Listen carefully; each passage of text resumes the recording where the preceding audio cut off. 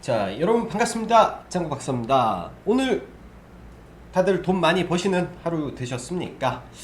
최근 요 며칠 지수가 이제 글로벌적으로 델타 변이가 확산이 되면서 유럽이든 미국이든 그리고 아시아 증시든 또 한국도 한 이틀간 급격하게 시장이 좀 밀렸었죠.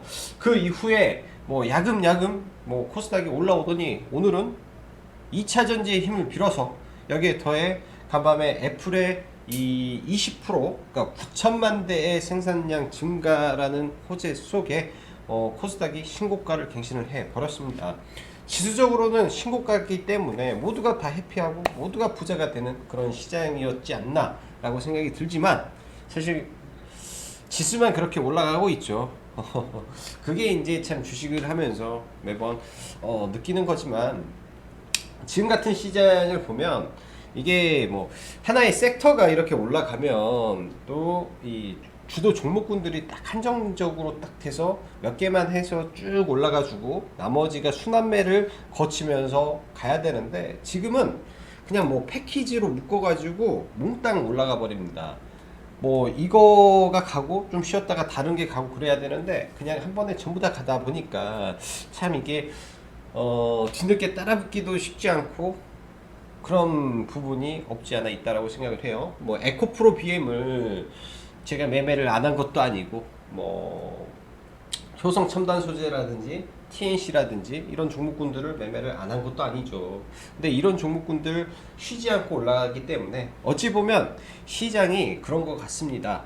지금 미국의 10년물 국채 금리를 보면 여전히 1.34%대에 머물고 있는데 지금 시장에서 특히 성장하고 있는 종목군들이 시장 자체 즉 경기의 회복이 아직도 낙관적이지 않다 보니까 성장주에 대한 희소성 가치, 희소적인 가치가 그들의 종목을 더 높게 더 강하게 증시에서 끌어올리고 있지 않나라고 생각이 듭니다. 지금의 사실 2차 전지의 밸류에이션을 따지고 본다면 어떤 거는 100배도 나오더라고요. 말 그대로 지금 올라가는 이 친구들의 모습은 어떤 거냐? 2022년도의 실적, 2023년도의 실적까지 지금 싹 당겨다가 주가를 끌어올리고 있다라고 보여집니다. 그 말은 뭐냐? 지금의 버스를 우리가 놓쳤다면, 이런 버스, 즉 과속 버스를 구태여 막 뛰어가지고 위험하게 탈 필요는 없지 않나라는 생각이 들어요. 오히려 최근에 2차 전지 애들이 너무 강하게 올라가다 보니까 상대적으로 IT 반도체에 대한 밸류에이션이 굉장히 낮게 보입니다. 낮다라고 보기는 어렵지만 아예 낮아 보여요. 그냥 제 눈높이에서 봤을 때 왜 이렇게 싸지? 2차 전지는 100배를 주는데 얘네들 뭐야? 10배도 안 주네? 7배도 안 주네? 말 그대로 같은 돈을 버는데 시장에서 쳐주는 이 밸류에이션 가치를 완전히 낮게 지금 취급하고 있는 게 IT 반도체라고 생각을 합니다. IT 반도체를 좀 보수적으로 본 관점은 있었죠. 수출에 대한 이 부분이 이 금액적인 부분은 삼성전자 반도체 가격이 올랐기 때문에 좀 올라갔지만은 Q가 늘어나지 않는다라는 말씀을 제가 계속 드렸었습니다. 근데 지금은 이게 시장이 또 성장주에 대한 기대가 굉장히 크다 보니까 이 가치를 매기는 이 판단의 기준에 따라서 주가가 움직이는 또 시점이 돼버린 것 같아요. 그래서 그런 점을 생각을 하면서 종목을 사실은 비중을 늘려서 매매를 하기보다는 좀 비중을 줄여가면서 지금의 시장을 공략을 하는 게 좀 좋겠다라고 보여지고 2차 전지 섹터 많이 올라간 거는 보수적으로 보고 오늘 같은 경우도 이 알박이죠.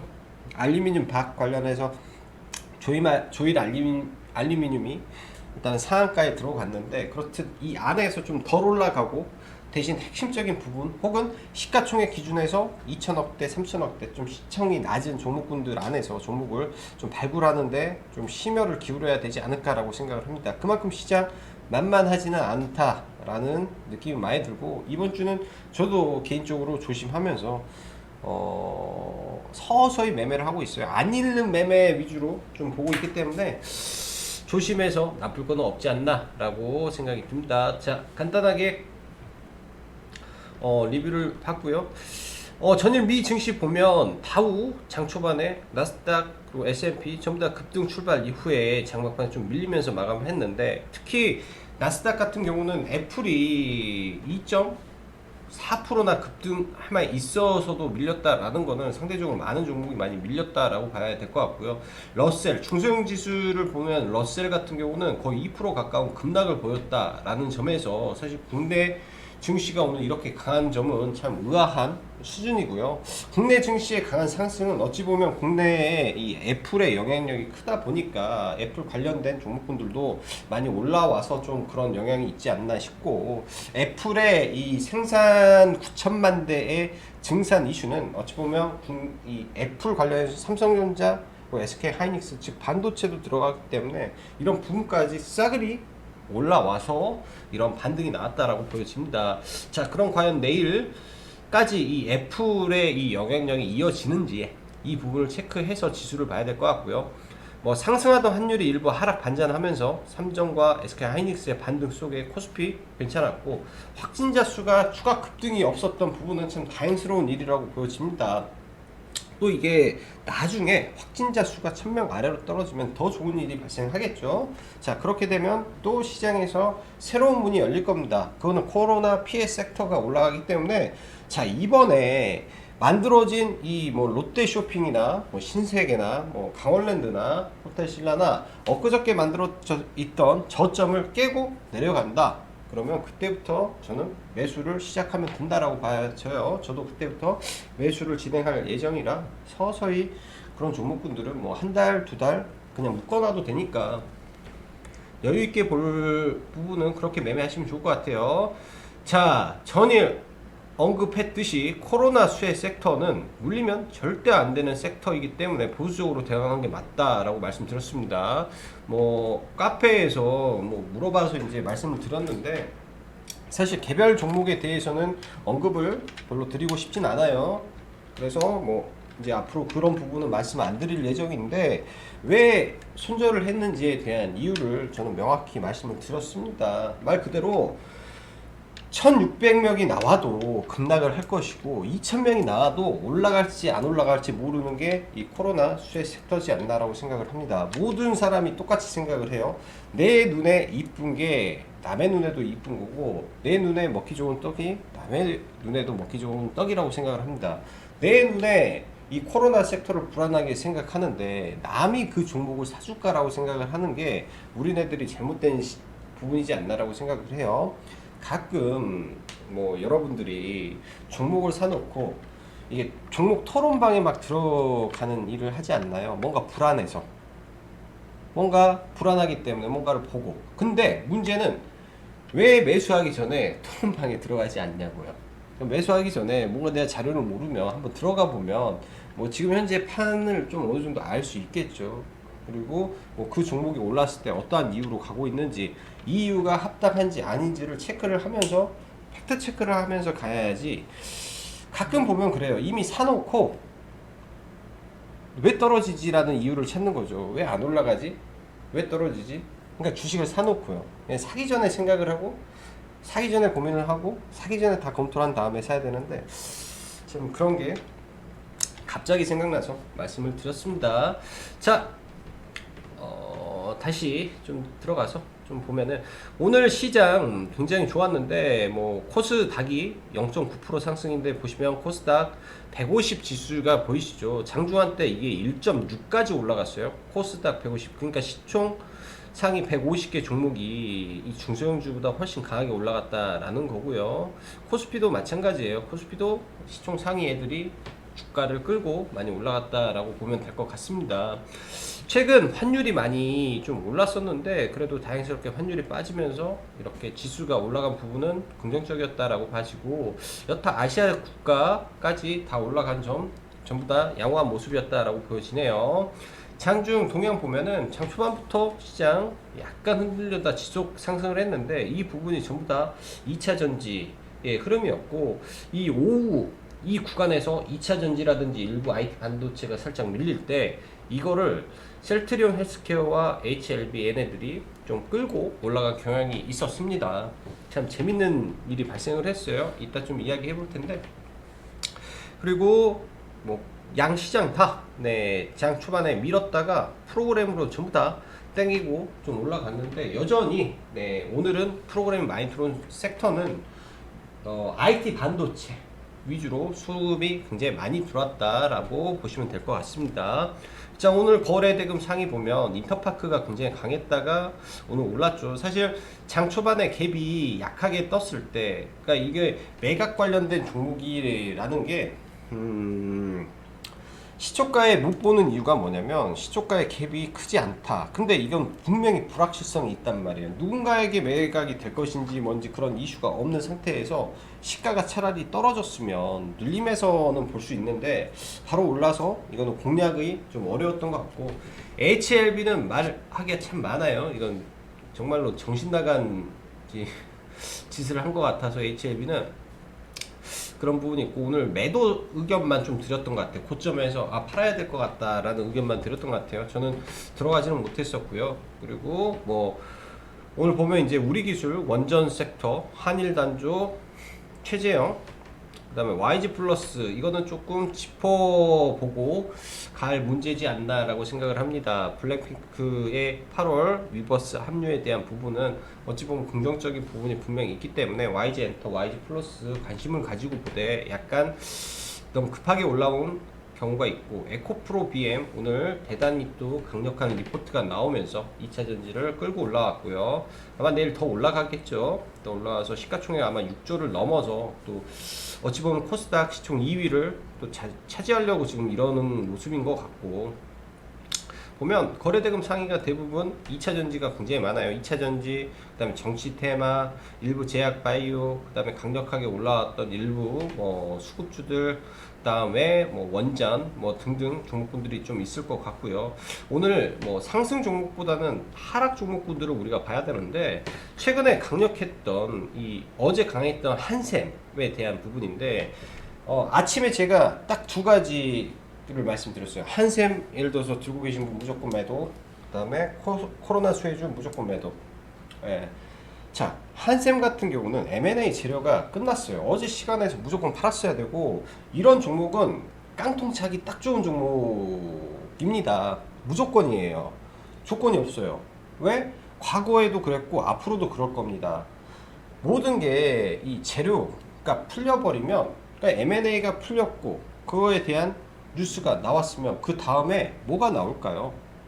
그리고 한샘을 가져간 기업이, 예를 들면 한샘보다 훨씬 큰 기업이 가져가서 한샘을 엄청나게 글로벌 대기업으로 만들 수 있는 누군가가 가져갔다면 한샘은 폭등을 하는 게 맞습니다. 근데 사모펀드가 가져갔잖아요. 근데 왜 올라요, 시간에? 이게 저는 도저히 이해가 안 되는데 떨어뜨리려고 오른 거예요. 그렇게 생각을 하는 게 아주 현명한 거고, 나머지 종목군들을 보시면 바이오니아라든지 ECS라든지 인성정보, 우정바이오, 바이오리더스 등등등 보면 상당수 코로나 관련 수혜주들이 굉장히 많이 있습니다. 딱 봐도 굉장히 많이 있죠. 왜 그럴까요? 이미 이 코로나에 대한 이 내성이 다 생긴 거죠. 확진자 수가 1000명이 넘었을 때 사람들이 느끼는 공포와 1000명에서 1300명, 그래 1500명 느끼는 공포는 다릅니다. 1000명으로 갑자기 확 늘었을 때 사람이 무섭지, 그 다음에는 별로 무덤덤한 거예요. 그럼 이거보다 훨씬 더 강력한 호재가 나오지 않는 이상 주가는 올라갈 수가 없습니다. 그래서 이런 쪽을 다 던져야 되고 아예 쳐다보지도 않았어야죠. 그리고 이 안에 또 상당 부분이 메타버스예요. 그렇죠? 메타버스가 상당 부분 많이 껴있다라는 것도, 메타버스의 주요 일정이 끝난 상태에서 사실 자이언트 스텝만 살아남은 거란 말이에요. 자이언트 스텝만 살아남았다면 나머지 종목군들은 이제부터는 좀 떨어지기를 좀 기다려서 이 패션이 어떻게 변하는지, 시장의 흐름이 어떻게 변하는지를 우리는 체크를 해야 됩니다. 이게 만약에 박자가 맞지 않았다면 저라면 좀 쉬면서 내가 정박자를 맞출 수 있을 만한 이 위치에서 그러한 종목군들과 테마군을 찾을 때 다시금 매매를 하는 게 맞지 않나라고 생각을 해요. 사람은 누구나 완벽할 수가 없습니다. 여러분들이 10번, 20번 잘하다가도 딱 한 번의 실수로 완전히 다 망쳐버릴 수가 있기 때문에 이런 부분이 매일 체크를 해도 어려운 게 주식시장이지 않나라고 보여져요. 그리고 요즘 시장이 좀 조잡스럽고 개인적으로 그런 생각이 많이 듭니다. 요즘 시장이 좀 난잡하다라고 해야 되나? 테마가 좀 난잡하다라는 느낌이 많이 들어서 그런 부분 좀 조심하면서 하는 게 좋겠다라고 보이시네요. 자, 2차 전지 오늘 에코프로 BM 효과로 많이 올랐는데 2차 전지 섹터보다는 IT 반도체 섹터를 좀 보는 게 좋을 것 같고, 오늘 이제 IT 반도체 섹터에서 보면 하나마이크론 통상적으로 이 패키징 쪽으로 굉장히 좋은 회사고요. 그 다음에 소재 쪽으로 종목을 몇 개만 좀 볼게요. 여기 나와 있는 거 중에 원익 QNC 항상 말씀드립니다. 소재의 저는 대장이라고 생각을 하고 눌림목에서 봐야 될 것 같아요. 이런 구간까지 떨어져 줬으면 좋겠는데 지금 딱 여기서 박스 치고 그냥 가고 있기 때문에 달리는 말이라면 저는 원익 QNC를 잡는 게 맞을 것 같고, 그 다음에 월덱스, 얘도 소재죠. 월덱스도 눌리는 구간, 네, 박스권이기 때문에 그냥 박스를 그어놓고 봐야 되지 않나 라고 생각을 합니다. 4,500억짜리 네, 영업이 그냥 460억 나온다 쳐가지고 여기다 밸류 좀 업해서 그냥 3만원까지 분다라고 생각을 하고 지금은 시장에서 봐야 될 것 같고요. 종목을. 그 다음 뭐 하나 머티리얼즈, 얘도 소재죠. 소재 박스권 그리면서 신고가를 갈 수 있는 종목군들 위주로 좀 봐야 될 것 같고, 그 밖에 이제 오늘 조금 많이 올라온 게 FST 펠리클이죠. 반도체 펠리클 업체인데 과거 엄청 대폭등 이후에 이런 구간, 이런 구간에서 다중바닥을 찍고 다시 올라갔다가 여기서 또 있죠. 아마 박스권을 그릴 가능성이 저는 높아 보입니다. 다시 올라갈 가능성도 있기 때문에 좀 관심을 좀 가지고 봐야 될 것 같고, 오늘 이 기판 섹터가 좀 많이 움직였는데 기판 안에서 여전히 실적으로 가장 모멘텀이 큰 게 저는 심텍, 그 다음에 대덕전자가 될 거라고 보여지고요. 코리아 서키트가 오늘 좀 의미 있는 상승이 좀 나왔어요. 바닥권에서 갭을 들면서 좀 의미 있는 상승이 나왔기 때문에, 그리고 이게 오늘 리포트가 좀 나오면서 상당히 영업이익 레버리지 효과가 좋을 것이다 라는 이슈 속에서 올라와서 이 부분 9월 달에 터질 이 부분에 대한 시장의 기대가 큰 걸로 보여집니다. 그렇기 때문에 작년보다 큰 폭의 상승 효과가 나올 거라고 기대하기 때문에, 그럼 보수적으로 480억, 자 10배 준다 치고 4,800억 잡으면 되잖아요. 그럼 다시 올라갈 가능성이 높은 종목이기 때문에 뭐든지 갭이 터졌을 때 이 갭 하단 깨지 않는 선에서 봐야죠. 예를 들면 이 효성화학 같은 것도 이런 갭을 만들고 이 갭 이후에는 항상 간다라는 말씀드렸는데, 예를 들면 하나 이건 팁으로 말씀드리면 이런 절대 안 깨는 선들이 있어요. 그러니까 5분봉에서도 이런 구간들 갭의 하단에서 이런 추세를 만들 때 이런 자리들이 좋은 매수 구간이 될 겁니다. 다시 뭐 다 빼고 내려와도 다시 올라가는 이런 구간들, 그러면은 코리아 서키트가 그냥 위로 따라 붙는 게 아니라 지금 만들어진 이 구간들 있잖아요. 이 구간들이 분명히 다시 내려올 수 있다라고 생각을 하고 보면 아주 쉽겠죠. 이게 웨이브를 그리고 간다면. 그래서 이 기판 쪽 종목군들 관심을 좀 가지고 봐야 될 것 같습니다. 워낙 종목군들이 많으니까.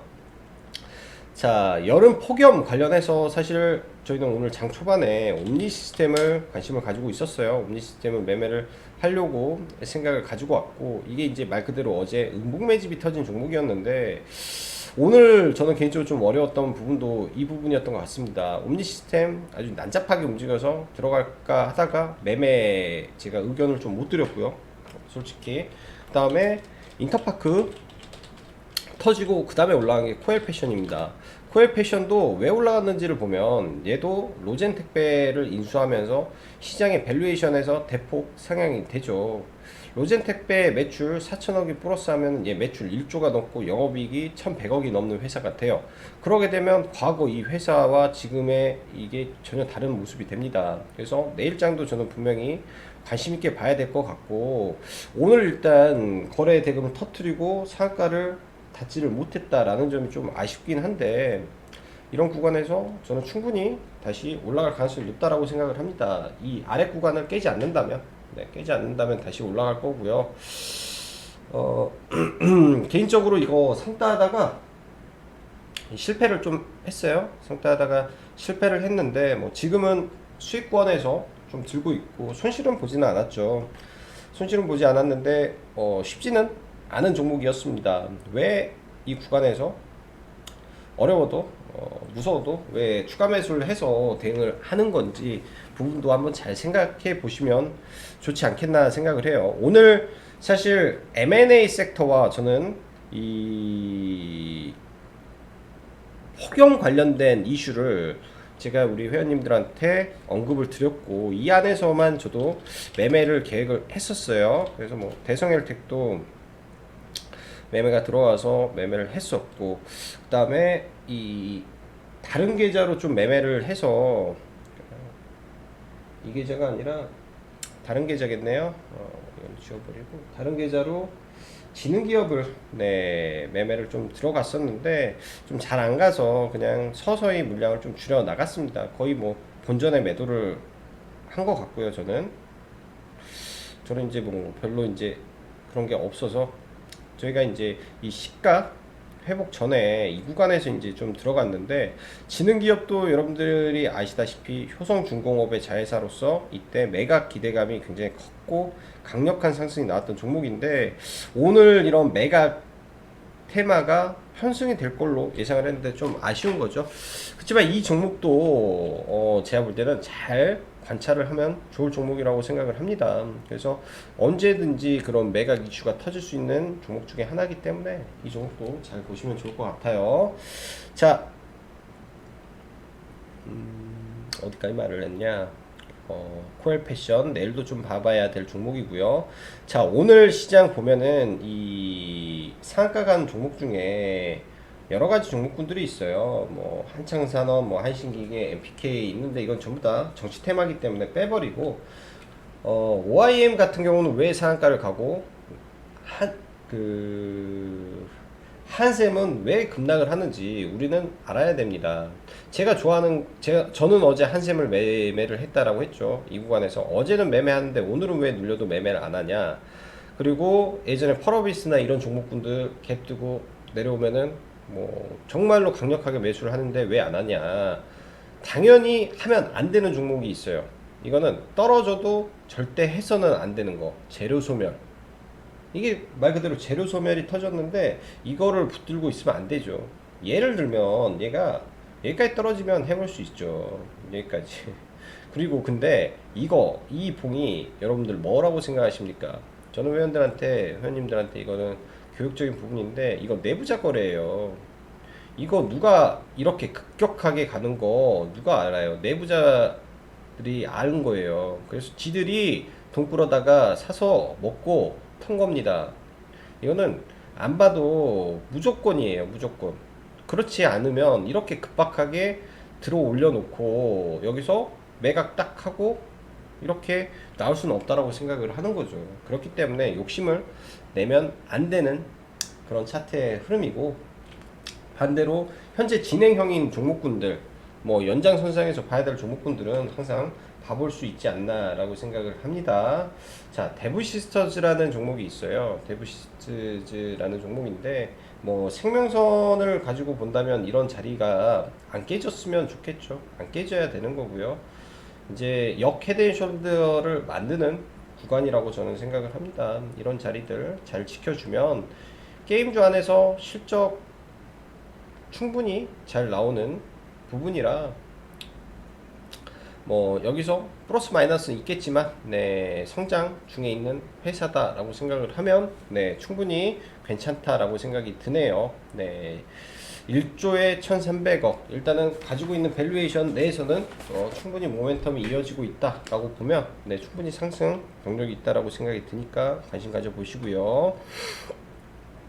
자, 넷마블 느리지만 여기서 잘 가고 있기 때문에 얘도 좋은 모습이고요. 어제 이제 제가 좀 여기다 글을 좀 못 적었던 게 효성중공업인데 30%만 매도 의견을 드리고 뭐 그냥 오늘은 그냥 이거에 대한 의견을 전혀 안 드렸던 것 같습니다. 이번에 파동은 제가 볼 때 잘하면 이 위파동까지 연결이 될 수 있지 않나 생각이 들어요. 운 좋으면 9만원대까지 가는 모습이 나왔으면 좋겠고, 어제 들어온 110억 그 다음에 58억의 이 수급이 일반적인 수급이 아니기 때문에 추가적인 상승 흐름 나올 거고, 추후에도 이런 자리가 눌리면 적극적으로 매수를 이어가도 좋겠다라고 보여집니다. 자, 그 밖에 오늘 이 조일 알미늄, 오늘 참 시장이 조잡했다라는 게 뭐 선도전기, 뭐 폭염에 의해서 뭐 선도전기가 가고 세명전기가 갑자기 뭐 상한가 근처까지 가고, 이 말 그대로 이게 조잡한 거거든요. 시장에서 이런 게 조잡하다라고 하는 건데, 뭐 좀 테마가 약하다 생각하는 애들을 끌어올렸다라고 좀 보여줘서 좀 조잡했고요. 일단 조일 알미늄 관련해서 일단 상한가에 들어간 거는 이 알루미늄 밥에 대한 증산을 진행한다라는 이슈로 일단 상한가에 들어갔습니다. 근데 과거에도 상 들어가고 막 밀리고 하는 모습이 많은 종목이긴 한데 2차 전지에 대한 부분을 붙여서 움직였죠. 자, 그럼 삼화알미늄, 같은 2차 전지 하는 회사 중에 삼화알미늄이라는 종목이 있다라는 거를 체크를 하고 좀 보면 좋을 것 같아요. 과거에도 이런 구간들이 이제 뭐 코로나도 있었지만 뭐 이런 알미늄 2차 전지 다 엮어서 올라왔기 때문에 이번에 2차 전지 파동에 포함이 되는지 체크를 해봐야 될 것 같고, 삼영화학이라는 회사가 있습니다. 네, 얘도 시가총액이 1,300억대인데 기사를 보면 저도 연구 중에 있는 종목이고요. 좀 더 연구하고 또 연구를 해볼 생각입니다. 기사를 찾아보면 일본하고 경쟁하는 그런 내용이 나와요.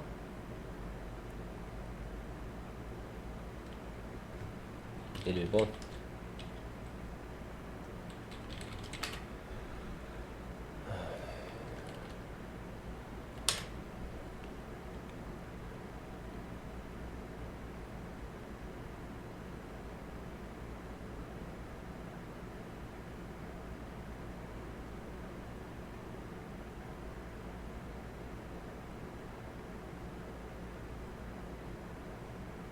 여기 있다.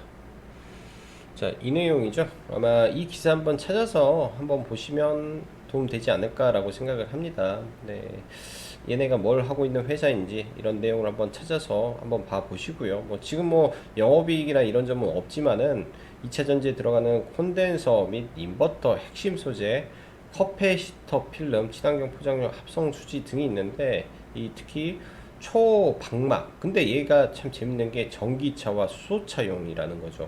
이게 전 세계에서 이걸 하고 있는 회사가 20개, 국가는 10개. 근데 이거를 국내에서 하는 거는 삼영화학이 유일하며 일본에서는 도레이 회사가 독점을 하고 있다라는 점이죠. 효성 첨단 소재, 어떤 회사입니까? 탄수섬유 아닙니까? 국내에서 유일하죠. 도레이가 하던 거를 국산화를 한 겁니다, 작년에. 네, 도레이가 한 거를 여기서 국산화를 했어요. 그래서 올라가는 거고, 사실 뭐 지금 돈을 버는 거는 뭐 탄소섬유로 돈을 다 버는 거는 아니겠지만, 근데 이제 그러한 기술력을 바탕으로 시장에서 많은 그런 게 있었던 회사다라는 점에서 삼영화학도 중장기적으로 잘 관심 있게 봐야 될 것 같습니다. 국내 유일 독자적 그런 내용들이 항상 주식시장에서는 굉장히 의미 있는 내용이기 때문에, 그리고 구간마다 항상 유지를 하고 있다라는 점에서 잘 보고 가야 될 이 중소형주가 되지 않나라고 생각이 들어요. 뭐 이게 이제 꼭 매수의 의미보다도 공부의 의미로 잘 보시면 좋을 것 같습니다. 자, 오늘도 수고 많으셨고, 네, 요즘은 좀 공부를 좀 많이 해야 될 그런 시장 같아요. 여러분들도 공부 열심히 하시고, 또 라이브 방송 관심 있으신 분들은 카페에 오셔서 신청해 주시면 될 것 같습니다. 자, 오늘은 여기까지 장 박사였습니다. 감사합니다.